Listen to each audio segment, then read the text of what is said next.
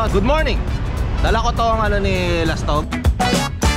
Kung nabasa nyo sa thumbnail, ito ay isang device na hindi naman talaga makakaligtas sa isang rider sa oras ng isang sakuna. Knock on wood, sana hindi naman mangyari sa atin yan. But this will give you an edge kasi hindi naman all the time may camera si Lastog rider or ako pa nagbumotor. Matagal ko na gustong lagyan tong motor ni, lalong-lalo na kay Lastog.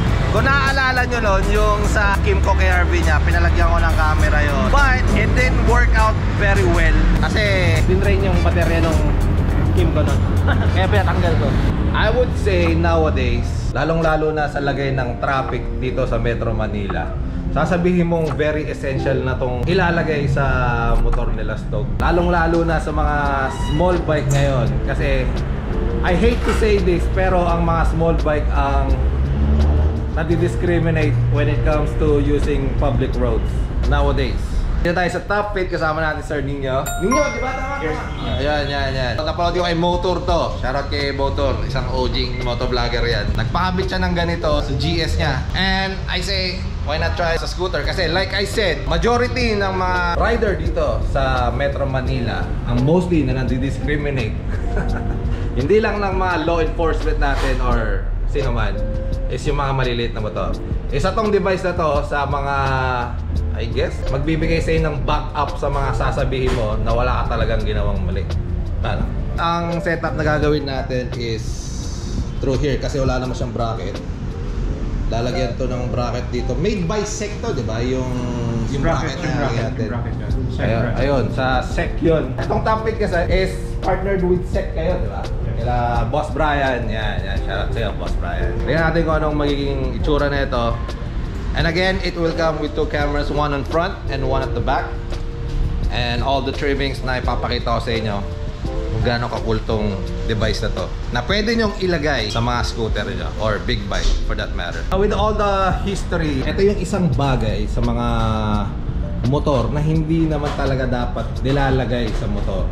Maliban lang kung isa ka motorcycle taxi or nagde-deliver ka ng food na nakamotor, kailangan mo talagang maglagay ng cellphone sa motor. Pero if you're doing it as a recreational na nagra-ride ka lang, hindi ka dapat naglalagay na, alam ko, na-sponsoran ako ng Quadlock, pero ang tanong ko sa inyo, kung gano'n nyo ba kadalas nakikita na naglalagay ako ng cellphone sa mga motor ko? Bibihira or never actually. Nilalagay ko lang yan pag kailangan talaga. But most of the time, hindi ako naglalagay. Ito yung device na will eliminate yung paglagay mo ng cellphone sa motor mo na hindi naman talaga dapat. Believe me, nakailang cellphone na ako. Babe, nakailang cellphone na ako na nasira.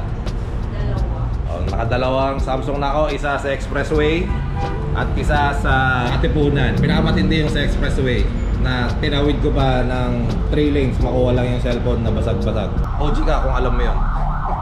Papakita ko muna sa inyo kung ano yung ilalagay na device, which is the TS Motec dashcam, smartphone mirroring, TPMS, tire pressure monitoring system.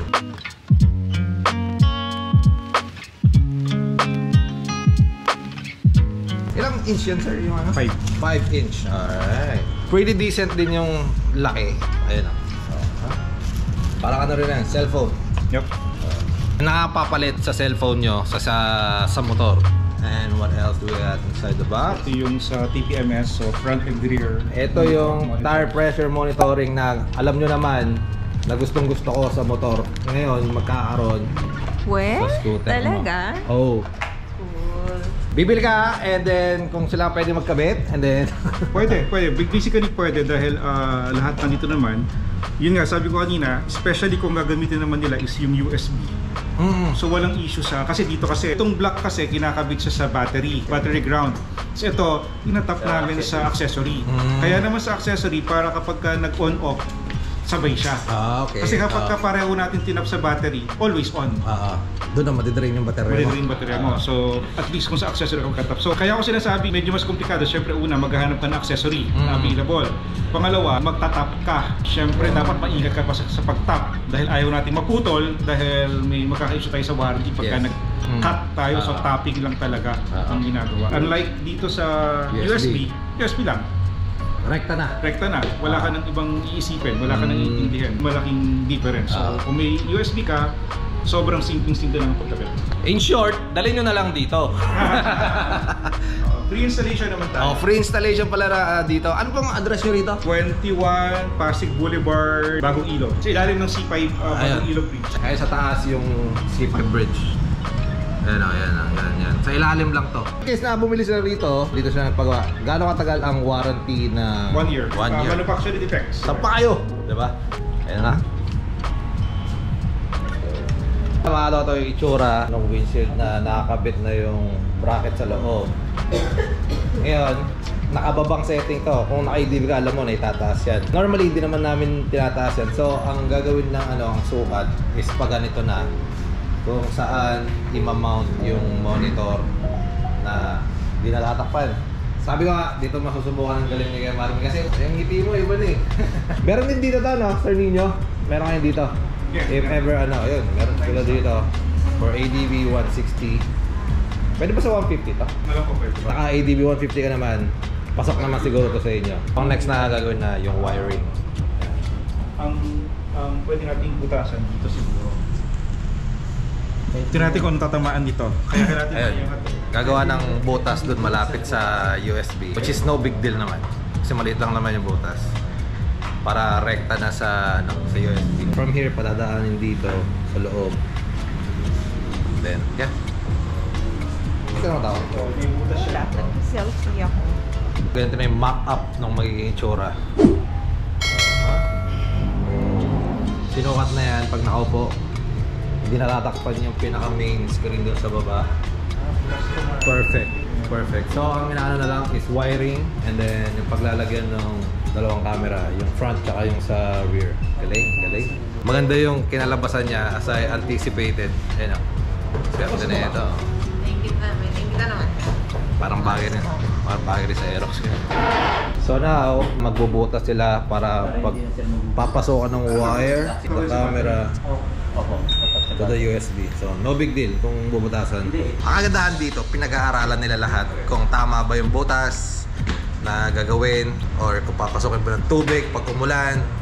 Very clean silang gumawa dito. Tsaka very delicate sila. Kahit na sabihin mong scooter lang yung gagawin nila, tinitreat nila na parang big bike yung ginagawa nila. So, wala akong masabi. Ray, naalagaan yung Design. So, change of plan. Instead na sa USB, i-rekta na lang sa baterya, which is located din sa ilalim ng upuan. Natanggal din tong to place the camera here. Dito lalagay. Yung placement naman sa harapan na camera, they decided to put it doon sa loob ng windshield.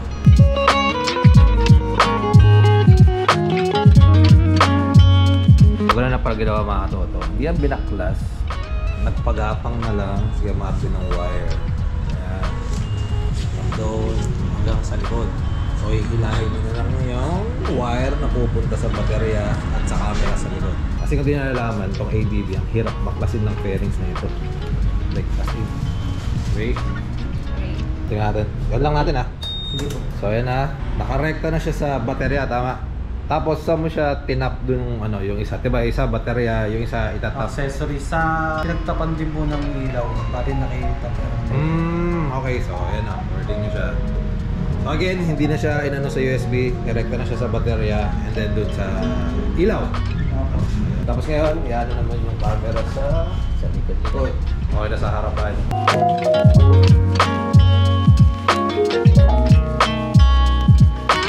Tinitignan ko sa maganda ilagay yung sa likod.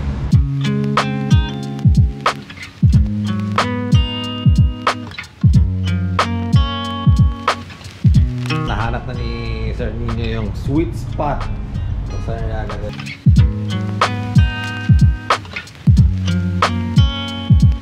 Nice. Kaya na, nililinis na yung mga wire.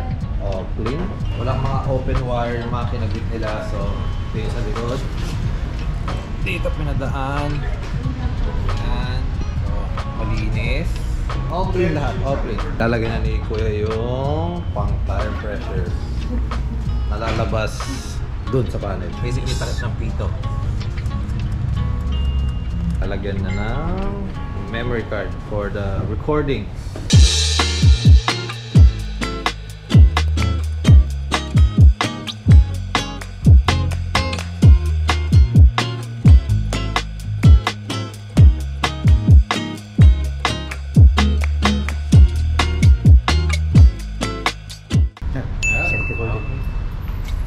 So take note, pag nag-on yung motor or ako na ganyan, automatically nagre-record na siya. Tapos maglo-loop na siya. If mapupuno na yung memory card, ulitin yung record. Papatungan lang yung mga na-record na. Sa harapan.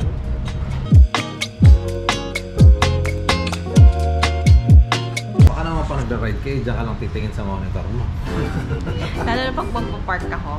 Hindi na gano'n. Doon ako titingin. Ano yung rear camera na ano? Pakasasakyan? Sasakyan. Gusto mo, lagyan din natin ng linya. Pre mo, tapos na pala. Hindi ko na naramdaman. Galing eh. Pag goods na. And the camera is right in front. Protected ng windshield. Pag in-on mo, automatically mag-on na siya. Wait for it. Recording na siya. Dash cam. So you can switch the view here. So combination, front and back. Tapos combination pa rin, nagpalit lang siya. Reverse lang. So ito is front. Ito is back. Then we can start connecting yung phone. On mo. Ayan na, kanta na yung So, sa pangalan. Bluetooth, And then, on lang yung Bluetooth. Ayun. Lumabas na si Kisay. CarPlay. CarPlay. Ito na. Yun na siya. Basically, apps na ginagamit niya, nandito na siya lahat. Yun na. So messages, yan, yung mga notification nandyan. So hindi pwedeng basahin, notification lang. Sa phone naman, Safety feature talaga. so sa phone, pwede tayong mag-call. Click lang, pwede mag-call recent. So favorites, nandyan naman lahat siya. Sa Apple Maps, click lang siya. So pwede na rin dito i-type. Pwede na rin dito i-type. Okay. So that really eliminates the use of the phone talaga. Yeah, Completely. Pwede. So kung may favorites, usually mas maganda, meron ka ng usual na pinupuntahan Para na nakasave presets na. na, para presets na. Music or Spotify, so naka-online din siya dapat. Tinurn off to, automatically siya Magkoconnect na siya. Magkoconnect na siya automatically. Car pressure. Ayun. Natin, PSI. DSI. Gawin na natin 30. Hindi, mag-a-alarm siya pagka sobrang Okay. sumobra lang. Ngayon kasi naka 2620 per siya eh. Baba ko ng phone. Nakakorek na siya basically. So yung front mo 26, yung back mo 24. Pwede mong turn off yung warning kung naiinis ka sa warning. Turn off.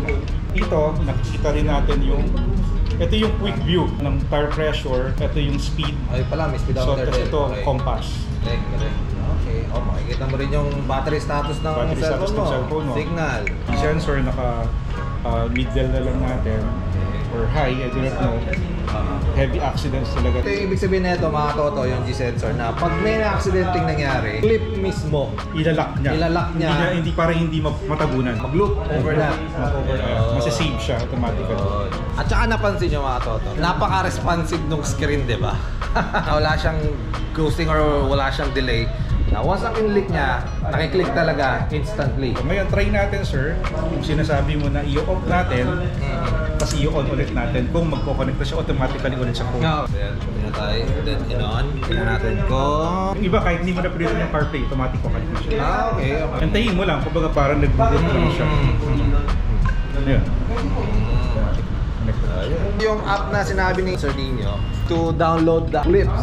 Na pwedeng for evidentiary purposes or kaya for posting din. Kasi di ba minsan may pinupuntahan tayo, nakalimutan natin ang action cam natin, na-lobat, tina-turn on, gano'n. So at least yun, kaya hindi pa na Ayun, ibabalik. pabor yan sa mga nagmo-motovlog kasi minsan nalolobat yung camera natin, wala tayong time na huminto, eto na. May backup ka. 1080 yan tapos may 1440 di ba? 1040. Pero nakaset siya sa 1080 kasi yun yung typical na ginagamit na file namin for motovlogging. Mapapansin nyo, bakit may music? Saan mo maririnig yung music? Siyempre, yung comms mo naka-connecta sa cellphone mo. This is just to use to navigate. Again, thank you. Again, Top-Fits located here sa 21 Pasig Boulevard, Bagong Ilog, Pasig City. Ayun, along the highway lang ito. Tetest ko to sa kalsada. Tingnan natin yung quality ng video. Let's do some motovlogging. What? Up na dinownload. Nakakonect na siya dito sa device. Yan. Yun. So makikita mo na yung light. Ayan. So ganoon lang siya kabilis. Yun. Tapos pag ito natin dito, we can view all the recording. So dito pa lang tayo sa loob eh. Ayan pala, ang dami na agad oh. So front and back to. Halimbawa ito, gusto mo siyang just for demo, download mo siya. Save siya mo muna sa app. Again, this is perfect for mga nagmo-motovlog na kailangan nyo ng extra footage sa mga shot nyo. Ayan. Downloaded files. Ito na siya. Tapos dito, you have option to edit, to store, to share. Pagka-share natin. Tapos, pwede nyo save. Yan. Alright. Alright. Then, oh, yun na siya. Oh. Galing. Let's go. Let's try it. Thank you, TopFit Adventure Corporation. Turn ninyo. Thank you. Ay, ingat ha. Let's try this. Ray, baby, Ray. Uy, saan pa ta? Doon o, didiretso tayo pa ganun. Camera is recording. Let's go. Uy. Ah, galing oh. Social yan. So pag tumatakbo na siya mga katoto, ayan na, nagiging stable na. Malakas lang yung vibration na itong motor. Kaya kanina sasayaw siyang ganun. Asan yung camera? I wanna access the camera, but I can't. Ang responsive niya sa gloves sa oh. Lumalabas na yung maps niya. Ayun oh. Google Maps. Wait, gusto kong subukan yung camera. Ah, yun. So, ito na yung camera. Yan, nagre-record siya. Gusto ko yung likod. Swipe lang siya para... Ayan. Ay! Ito pala likod. Sinasabi ko kay Lastog, baka mamaya pa nagra-ride siya, dyan lang siya nakatingin. Sabi naman niya, pag a-atras daw siya, dyan daw siya titingin. Ginawa niya sa sakyan. Okay naman mga katoto, pero walang araw ngayon eh. Kaya, pero kitang-kita mo yung, ayun oh, yung buong picture. So ayon kay Sir Nino, ito yung kauna-unahang scooter nasa ganitong displacement na naglagay sila ng ganitong device. Alam ko pwede pang i-tilt to pa taas eh. Medyo nakayuko pa siya ng konti, pero alam ko pwede pa siyang i-tilt ng konting-konti. Lastog na naman na itong scooter na to. Sana all. Like I said kanina, ito na yung one of the most essential thing na dapat merong ka if nagmumotor ka rito sa Metro Manila. Like I said again, nakita nyo naman kung gaano na kagulo ang mga kalsada dito sa atin. Gawa ng traffic, dami ng sasakyan. Itong mga dashcam na ganito is hindi naman kayo ililigtas nito, di ba? Ito mabigyan lang kayo ng proof or na peace of mind na kumbaga pag nahuli kayo na enforcer, alam nyo naman na wala kayong ginagawa kasi mga maliliit na motor ang paboritong target. Di ko naman nilalahat ha, don't get me wrong. Meron na kayong evidence, di ba, BB? Nakikita nyo sa screen ngayon, alam ko nakikita nyo yung likod, pero pati yung harapan yan is working. And the reason why na nagpakabit kami nito, lalong lalo na this motor ni Lastog, hindi naman sa wala akong tiwala sa pagmamotor niya. It's because na hindi naman all the time is nagre-record siya or may camera siya sa kanyang helmet. So, mabuti na rin yung may ganito. Tsaka ang forme, galing. Ayan, maaraw na mga katoto, pero kitang-kita mo pa rin oh. Diba? Not bad. Great baby Ray. To recap again, yung bracket na ginamit dyan is from SEC, yung sa ADV. Kung magpapakabit man kayo doon, ipakita nyo lang tong video na to or sabihin nyo lang na yung ginawang ADV nila JMac, alam na nila yung gagawin nila. Actually, okay nga pa magpapakabit na kayo kasi alam na nila yung talagang gagawin nila eh. Malinis naman yung pagkakagawa sa motor na to. Sobrang linis, tapos si Sir Nino talagang in-overlook niya lahat. And hindi siya tumigil hanggat hindi malinis yung windshield pag binalik. Yung mga wire, hindi siya tumigil hanggat hindi siya tidy na malinis tignan. Ada na naman. So hands-on siya. At saka yung mga mechanic nila yung gumawa dito, si Kuya Marvin tsaka si, ano pa na isa? Pasensya na ako yun, nakalimutan ko yung pangalan mo. Silang dalawa, ang galing nilang gumawa. Talaga napaka-pulido. Uulitin ko, tinrato nila tong scooter na parang gumagawa sila ng big bike. Wala silang shinorkat, hindi sila nagbara-bara dahil scooter lang to. No, they treated it like a GS or something. So ayun lang mga katoto, re-review ko ba to mga katoto para syempre mabigyan kayo ng idea kung papalagay ba kayo. Pero para sa akin, magpalagay na kayo. Despite na kung ano ang klaseng motor kayo, yung Aerox nga gusto kong palagyan eh. Hindi ko lang alam kung paano i-mount dun eh. Do pwede naman mag-mount dun kahit nakatago yung screen, pero mas maangas pag nakalabas, di ba? Oh, di ba? Dahil mong screen. Great baby Ray. So yun lang mga Dodo. Again, Sir Nino, thank you so much for having us.